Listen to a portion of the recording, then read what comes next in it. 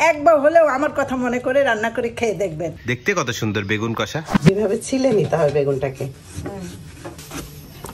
লবণ পানি দিয়ে বেগুনটা ধুয়ে নিচ্ছি, কর্নফ্লাওয়ার দিয়ে দিচ্ছি,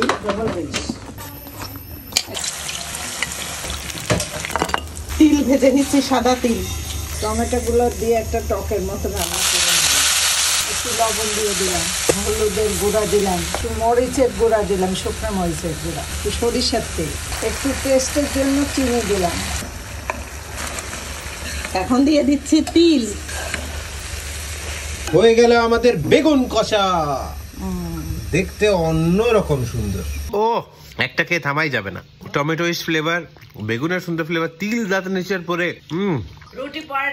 রুটি পরোটা পোলাও খিচুড়ি এমনি খাইতে ভালো লাগতেছে। তাহলে বুঝতেছেন অন্য কিছুর সাথে কম্বাইন করলে কি হবে। টক মিষ্টি ঝাল সব মিলানো, অন্যরকম এটা। শোনো, আমি খাবার লোক হলো একটা, সেখানে আমি খেয়ে নিলাম 3টা, এটা আরেকটা নিয়ে 4টা হয়ে গেল। বেগুন যে এই লেভেলে যাইতে পারে আমার ধারণাই নেই। না খেয়ে বুঝতে পারবেন না কেমন স্বাদ।